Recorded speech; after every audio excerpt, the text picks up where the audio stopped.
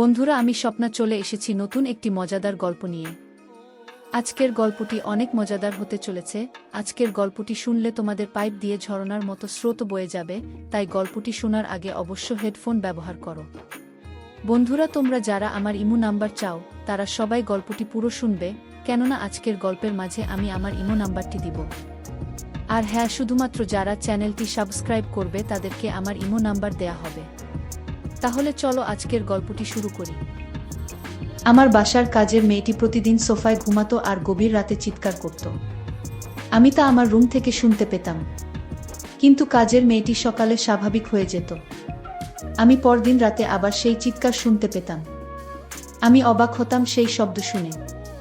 তারপর কিছুদিন পর জানতে পারলাম কাজের মেয়েটি মা হতে চলেছে। আমি সেই রহস্য জানার জন্য কাজের মেয়েকে বললাম, আজ তুই আর রুমে ঘুমা, আমি তোর সোফায় ঘুমাবো। তারপর রাত যখন 2টা বাজে তখন আমার সাথে যা ঘটল তা শুনলে তোমরা ঠিক থাকতে পারবা না। তাহলে আসল ঘটনাটি খুলে বলি। আমি শারমিন, বয়স আমার 24 বছর। আপনারা প্রায় সবাই আমাকে খুব ভালো করেই চেনেন এতদিনে। আমি আমার বেশ কিছু ঘটনা আপনাদের সাথে শেয়ার করেছি এর আগে। আজ বলব কিছুদিন আগের এক রোজার ঈদের রাতের কথা। আমার ড্রাইভারের নাম সৈকত। বয়স 40 বছরের মতো হবে। প্রায় 2 বছর ধরে ও আমাদের গাড়ি চালিয়ে আসছে। ওর আচার আর চাল চলন একটু ভালো করে দেখলে যে কেউই বুঝে ফেলতে পারবে সে একটা খারাপ মানুষ। ওর বউ থাকে গ্রামের বাড়িতে, থাকে ওর সন্তানদের সাথে। সারা বছর ও ঢাকাতেই থাকে আর শুধু পূজার সময় ছুটি নিয়ে বাড়িতে যায় কয়েকদিনের জন্য। সৈকত যে একটা চরিত্রহীন তা আমিও আসার পর প্রথম দিন গাড়িতে চড়েই টের পেয়ে গিয়েছিলাম। গাড়ি চালানোর থেকে এক অদ্ভুত ভাবে তাকিয়ে থাকত, আর খাবার জন্য ঘরে এলেই আমাদের কাজের মেয়ে সাইমার দিকে তাকিয়ে থাকাতো। এমনকি আমার দিকেও তাকিয়ে থাকে সুযোগ পেলেই। প্রথম দিকে একটু কেমন কেমন লাগলেও আস্তে আস্তে ব্যাপারটার সাথে মানিয়ে নিয়েছিলাম, এটা পুরুষদের জন্য স্বাভাবিক মনে করেই। এভাবে প্রায় বছর খানেক চলে গেল। থাকার জায়গা না থাকায় ও আমাদের গ্যারেজের সাথে থাকা ছোট একটা রুমে থাকত। এতে কাজেরও সুবিধা হতো। ওকে দিয়ে ঘরের অনেক ছোটখাট কাজ ও করিয়ে নেওয়া যেত। আমি আর সাইমা প্রায় প্রতি রাতেই একসাথে টিভি দেখতাম, যখন আমার স্বামী দেশের বাইরে থাকত। রাত একটু গভীর হয়ে গেলে আমি আমার খাটে এসে ঘুমিয়ে পড়তাম, আর সাইমা একা একা আরও কিছু সময় টিভি দেখে সোফাতেই ঘুমিয়ে পড়ত। ওর ঘরে যেত না। এভাবে একদিন রাতের বেলা আমি টিভি ছেড়ে উঠে এসে আমার খাটে ঘুমিয়েছিলাম আর সাইমা সোফাতে ঘুমিয়েছিল। রাত প্রায় 2টার দিকে কি যেন একটা শব্দে আমার ঘুম ভেঙে গেল। ঘুম ভাঙার পর আমি আর শব্দটা পেলাম না। আমি আবার ঘুমিয়ে পড়তে যাব এমন সময় মনে হল ফ্রিজ থেকে একটু ঠান্ডা পানি খেয়ে নিই। খাওয়ার জন্য আমি খাট ছেড়ে ডাইনিং রুমের দিকে গেলাম। যাবার সময় ড্রয়িং রুমের মধ্যে টিভি এর হালকা আলোতে নড়াচড়া দেখতে পেলাম। আমি কোনো আওয়াজ না করে দাঁড়িয়ে গেলাম কি হচ্ছে তা দেখার জন্য। যা দেখলাম তাতে আমার মুখ যেন হা হয়ে মাটিতে পড়ে যাবার দশা হল। আমি এই দৃশ্য দেখে পুরো হতভম্ব হয়ে গেলাম। আমার মাথা যেন কাজই করছিল না। আমি প্রায় 10 মিনিট মতো মনে হয় দাঁড়িয়ে দাঁড়িয়ে সাইমার এক অদ্ভুত দৃশ্য দেখছিলাম। সৈকত আর সাইমার দৃশ্যটা দেখে আমি আর নিজেকে ধরে রাখতে পারছিলাম না। তাই কোনো কিছু করে বসার আগে আমি তাড়াতাড়ি ওখান থেকে সরে এলাম, আর পানি খেয়ে কোনো শব্দ না করে আমার খাটে ফিরে। আমি যা দেখেছিলাম সাইমা এমন করতে পারে আমার কল্পনার বাহিরে। আমি এসব কি দেখছি? সাইমা তাহলে সৈকতের সাথে কি প্রতিরাতে? না, এটা কিছুতেই আমি মেনে নিতে পারছি না।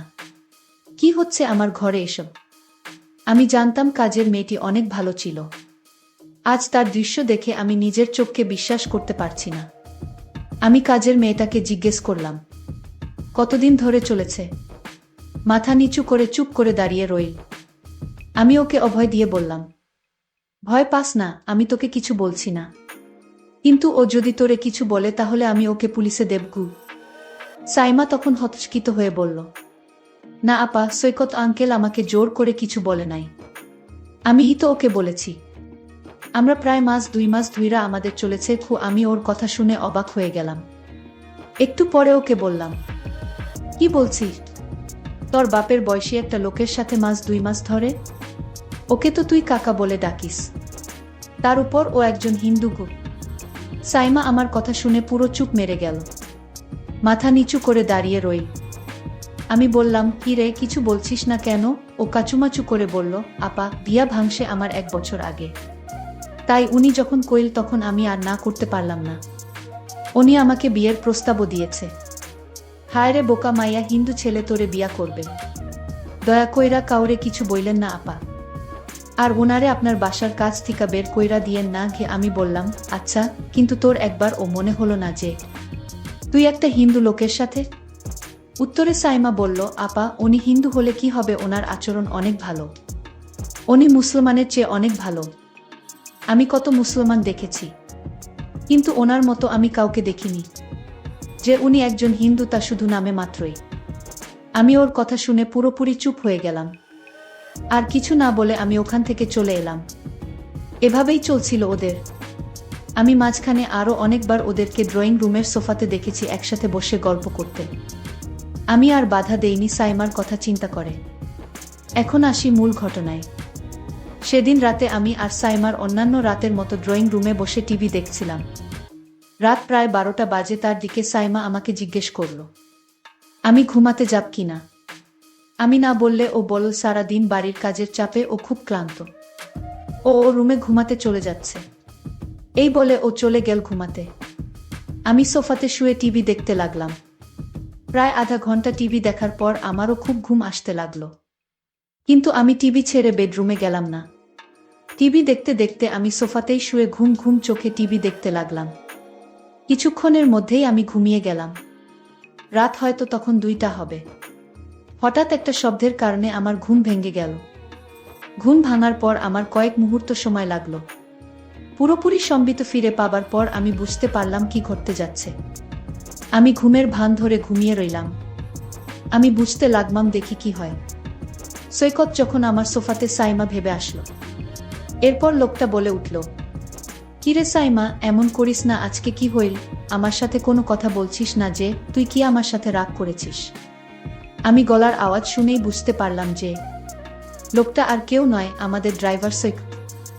আমাকে ভুলে সাইমা মনে করে এখানে চলে আসছে। সৈকত বলল, কিরে সাইমা, আজ তোর কি হয়েছে, কোনো কথা বলছিস না কেন? কি রে, চিল্লায় ম্যাডাম রে উঠায় ফেলবি নাকি? আমি বুঝতে পারলাম যে ওকে কিছু না বললে ও এখান থেকে যাবে না। আমি তাকে কিছু না বলে তার আসল রহস্যটা বুঝতে জানতে লাগলাম। কিছুক্ষণ পর সে আমাকে বলল, কি রে, আজকে কি হয়েছে তোর? এরকম করতেস কেন? আমি উত্তরে বললাম, সৈকত, আমি সাইমা না, তোমার ম্যাডাম। সাইমা ওর ঘরে ঘুমাচ্ছে। একটু আমি বুঝতে পারলাম আমার কথা শুনে ও হতভম্ব হয়ে গেছে। সরি ম্যাডাম, আমার ভুল হয়ে গেছে। সব সময় তো এখানে সাইমাই ঘুমায়। না দেখা ভুল কইরা আমি এখানে চলে আসছি। কু দয়া কইরা স্যারকে বইলেন না। ম্যাডাম, আমার চাকরিটা চইলা যাই। আমিও আর কিছু বলার মতো খুঁজে পেলাম না। বুঝতে পারলাম ও ইচ্ছা করে কিছু। কারণ সাইমা এই সোফাতে ঘুমায় টিভি দেখার পর। আমার এখানে থাকার কথা না। তাই আর কিছু না পেয়ে আমি বললাম, আচ্ছা ঠিক আছে, আমি তোমার স্যারকে বলবো না। গিয়েও বলল, ম্যাডাম, আপনি আমারে বাঁচাইলেন। কি বইলা যে আপনারে ধন্যবাদ দিমু বুঝতাছি না গি। আমি উত্তরে বললাম, ধন্যবাদ দিতে হবে না, এটা একটা ভুলের কারণে হয়েছে। কিন্তু এখন বল, আমি এখানেই থাকবো নাকি আমাকে উঠে যেতে হবে? ও একটু ভয় পেয়ে গেল আমার কথা শুনে। বলল, সরি ম্যাডাম, ভুল হয়ে গেছে, এই তো আমি উইঠা যাইতেছি। কিউ আমি বললাম, ঠিক আছে, তুমি তো যাবে, তার আগে আমার একটা কথা শুনে যাও। তুমি আজ যা করলে আমি তো তোমাকে এ বাড়ি থেকে বের করে দিব। কারণ এমন লুকিয়ে লুকিয়ে বাড়িতে যা করছো তা কিন্তু মোটেও ঠিক নয়। আমি কিছু শর্ত দিব। যদি শর্ত মেনে নিতে পারো তাহলে তুমি এ বাড়িতে তোমার চাকরিটা টিকে থাকবে। আমি বললাম, ঠিক আছে ম্যাডাম, আপনার কথা আমি অক্ষরে অক্ষরে পালন করব। আপনি যা আদেশ করবেন আমি তা করব। তাও ম্যাডাম, আমার চাকরিটা দরকার। ম্যাডাম বলল, তাহলে চলো এখান থেকে তোমার রুমে যাই। তারপর আমি বলছি আমার শর্তগুলো। চলো তোমার রুমেই যাওয়া যাক। আমরা আস্তে আস্তে গ্যারেজের দিকে এগুতে লাগলাম। কিছুক্ষণ পর আমি আর সৈকত গ্যারেজের পাশে ওর রুমে পৌঁছে গেলাম। আমি আগে কখনো ওর রুমে ঢুকিনি। রুমটা খুব একটা বড় নয়। এক কোণায় একটা সিঙ্গেল খাট রুমের বেশিরভাগ জায়গা দখল করে রেখেছে। ছোট একটা টেবিলের উপরে ছোট একটা টিভি আর কয়েকটা মূর্তি। খাটের নিচে একটা ট্রাঙ্ক। হাঁটাচলা করার জন্য খুব সামান্য জায়গা আছে রুমটাতে। বসার জন্য একটা চেয়ারও নেই। আমি ওর ঘরে ঢোকার সাথে সাথে একটা দুর্গন্ধ পেলাম। আমার দম বন্ধ হয়ে আসতে লাগলো। বেশ কষ্ট করে শ্বাস নিতে হচ্ছিল। আমার অবস্থা দেখে ও বলল, এই তো ম্যাডাম, 2 মিনিটের মধ্যে ঠিক হয়ে যাবে। আমি ফ্যান ছাইরা দিতেছি কি এই বলে ও ফ্যান ছাড়ল। মিনিট 2 পরে আমি মোটামুটি ঠিক হয়ে গেলাম। সবকিছু স্বাভাবিক হবার পর আমি বললাম, আচ্ছা তাহলে আর দেরি না করে আপনার শর্তগুলো শুনে নেওয়া যাক। বলেন ম্যাডাম, বলেন আমার কি করতে হবে, নয়তো আমার যেতে অনেক দেরি হয়ে যাবে। আমি এর কথা শুনে হেসে বললাম, আমি আজ তোমাকে যা বলবো তোমার কিন্তু তাই করতে হবে। আমি বললাম, ঠিক আছে ম্যাডাম, আপনি বলুন। আমি তখন সৈকতকে বললাম, তুমি সাইমার সাথে যা করেছিলে আমিও তা করতে চাই। ম্যাডামের এমন কথা শুনে আমার গলা শুকিয়ে গেল। আমি ম্যাডামকে বললাম, আমি 1 গ্লাস ঠান্ডা পানি খেয়ে তারপর বলছি। সৈকত তখন 1 গ্লাস ঠান্ডা পানি খেয়ে বলল, ম্যাডাম আপনি যা বলেছেন তা কোনোদিন সম্ভব না, কারণ আপনি একজন বড় লোকের মেয়ে ম্যাডাম। আর আমি আপনার গাড়ির ড্রাইভার, আপনি একবার ভেবে দেখেছেন? আমি বললাম, সৈকত তুমি যদি আমার কথা রাখো তাহলে আমি তোমাকে একটা পুরস্কার দিব, আর সেই পুরস্কার পেলে তুমি অনেক খুশি হবে আমি আশা করছি।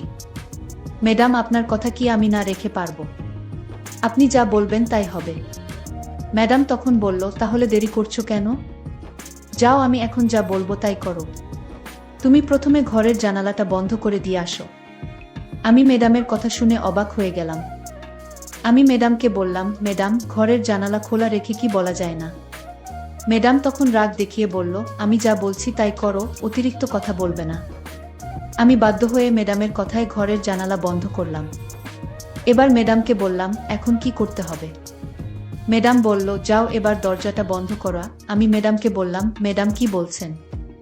আমি বললাম, একদম চুপ, তুমি আমায় কথা দিয়েছো আমি যা বলি তা তুমি পালন করবে। তাহলে তুমি এখন এরকম আমতা আমতা করছো কেন? আমি ম্যাডামের কথা রাখতে গিয়ে ঘরের দরজাটা লক করে দিলাম। আমি বললাম, ম্যাডাম এখন কি করতে হবে আদেশ করুন ম্যাডাম। ম্যাডাম বলল, এবার ঘরের লাইটটা নিভিয়ে দাও। আমি তখন সত্যি ভয় পেয়ে গেলাম। ম্যাডামে কি পাগল হয়ে গেছে নাকি?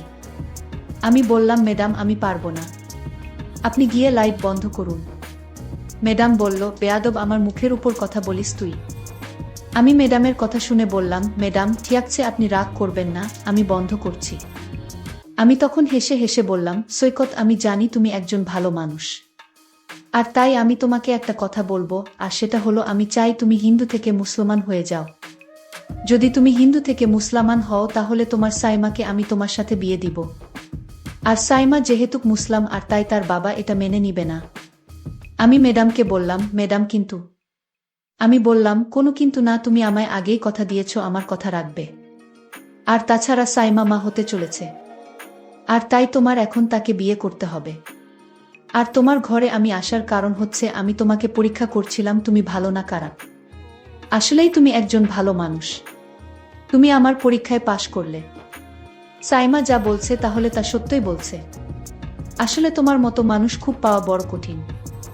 আমি সাইমার সাথে তোমার বিয়ে দেওয়ার জন্যই তোমাকে এখানে নিয়ে এসেছি। সৈকত বলল, ম্যাডাম আপনার যা ভালো মনে হয় তাই করেন। বন্ধুরা, আজকের গল্পটি তোমাদের কাছে কেমন লাগলো তা অবশ্যই কমেন্ট করে জানাতে ভুলবেন না। আর প্রতিদিন এরকম নতুন নতুন গল্প পেতে আমার চ্যানেলটিকে সাবস্ক্রাইব করে পাশে থাকবেন। ধন্যবাদ।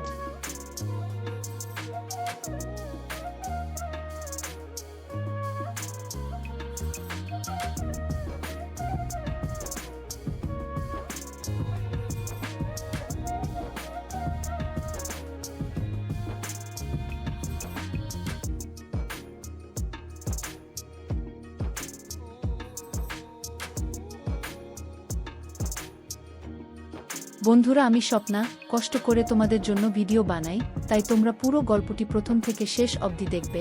যারা নিয়মিত আমার চ্যানেলের ভিডিওগুলো দেখবেন এবং শুনবেন তাদেরকে আমার ইমো নাম্বার দিব পরবর্তী গল্পে।